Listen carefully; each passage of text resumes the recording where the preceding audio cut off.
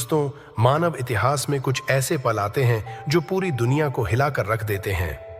ऐसा ही एक पल आज हमारे सामने है। रूस ने पहली बार इंटरकॉन्टिनेंटल बैलिस्टिक मिसाइल यानी आईसीबीएम का इस्तेमाल कर यूक्रेन पर हमला किया है। यह कोई साधारण हमला नहीं है, इसने युद्ध के पूरे समीकरण को बदल कर रख दिया है।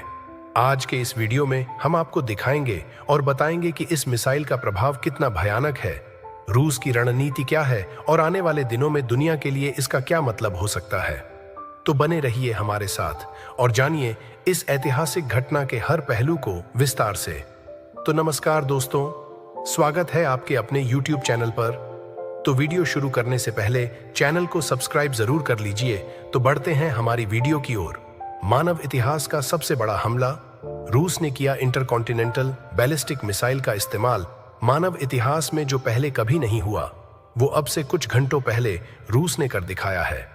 पहली बार किसी देश ने इंटरकॉन्टिनेंटल बैलिस्टिक मिसाइल आईसीबीएम किसी दूसरे देश पर छोड़ी है। इस मिसाइल ने जो तबाही मचाई है वह अब तक के सभी युद्धों और हमलों से कहीं अधिक भयानक है। रूस ने यूक्रेन के खिलाफ ऐसा हमला किया है जिसकी मिसाल पहले कभी नहीं देखी गई। पहले हम बात करते हैं कि आखिर क्या है आईसीबीएम और इसकी शक्ति। आपने अब तक कई मिसाइलों के बारे में तो सुना होगा, जैसे बैलिस्टिक, क्रूज या हाइपरसोनिक मिसाइल, लेकिन आईसीबीएम उनसे कहीं ज्यादा खतरनाक है।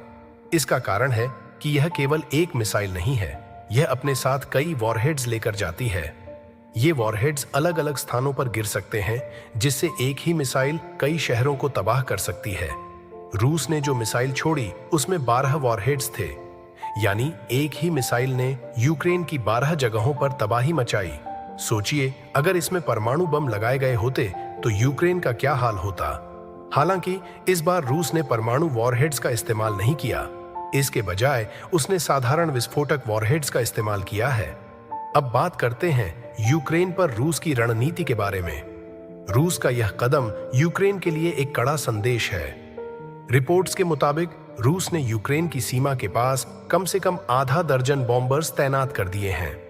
ये बॉम्बर्स हाइपरसोनिक, क्रूज और बैलिस्टिक मिसाइलों से लैस हैं और किसी भी वक्त हमला कर सकते हैं। रूस की योजना स्पष्ट है, यूक्रेन को इतना नुकसान पहुंचाया जाए कि वह रूस के खिलाफ किसी भी प्रतिक्रिया देने की हालत में न रहे। रूस के इस हमले का मुख्य उद्देश्य यूक्रेन की सैन्य क्षमता को पूरी तरह से ध्वस्त करना है। आने वाले कुछ घंटों में रूस और भी बड़े हमले कर सकता है। रूस को पता है कि अमेरिकी राष्ट्रपति जो बाइडेन के पास सत्ता में केवल 2 महीने बचे हैं। बाइडेन यूक्रेन का समर्थन कर रहे हैं, लेकिन ट्रंप के सत्ता में आने की संभावना है।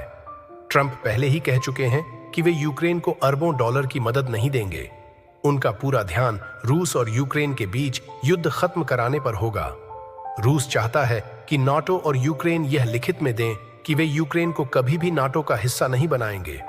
अगर यह हो जाता है तो रूस यूक्रेन के कब्जाए हुए हिस्से वापस करने पर विचार कर सकता है। क्या रूस परमाणु हमला कर सकता है? फिलहाल रूस का परमाणु हमला करने का कोई इरादा नहीं है, लेकिन अगर यूक्रेन ने कोई बड़ा कदम उठाया, जैसे रूस के सैकड़ों नागरिकों की हत्या या किसी बड़े नेता पर हमला, तो रूस छोटे स्तर पर परमाणु हमला करने के लिए पूरी तरह तैयार है।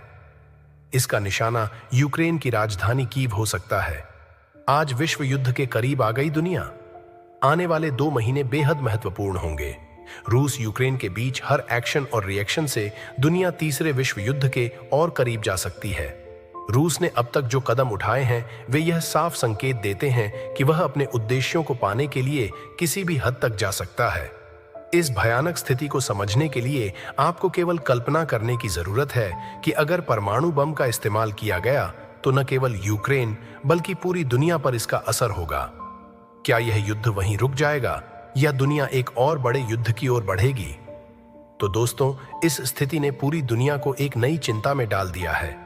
आने वाले दिनों में क्या होगा, यह पूरी तरह से यूक्रेन और रूस के कदमों पर निर्भर करता है।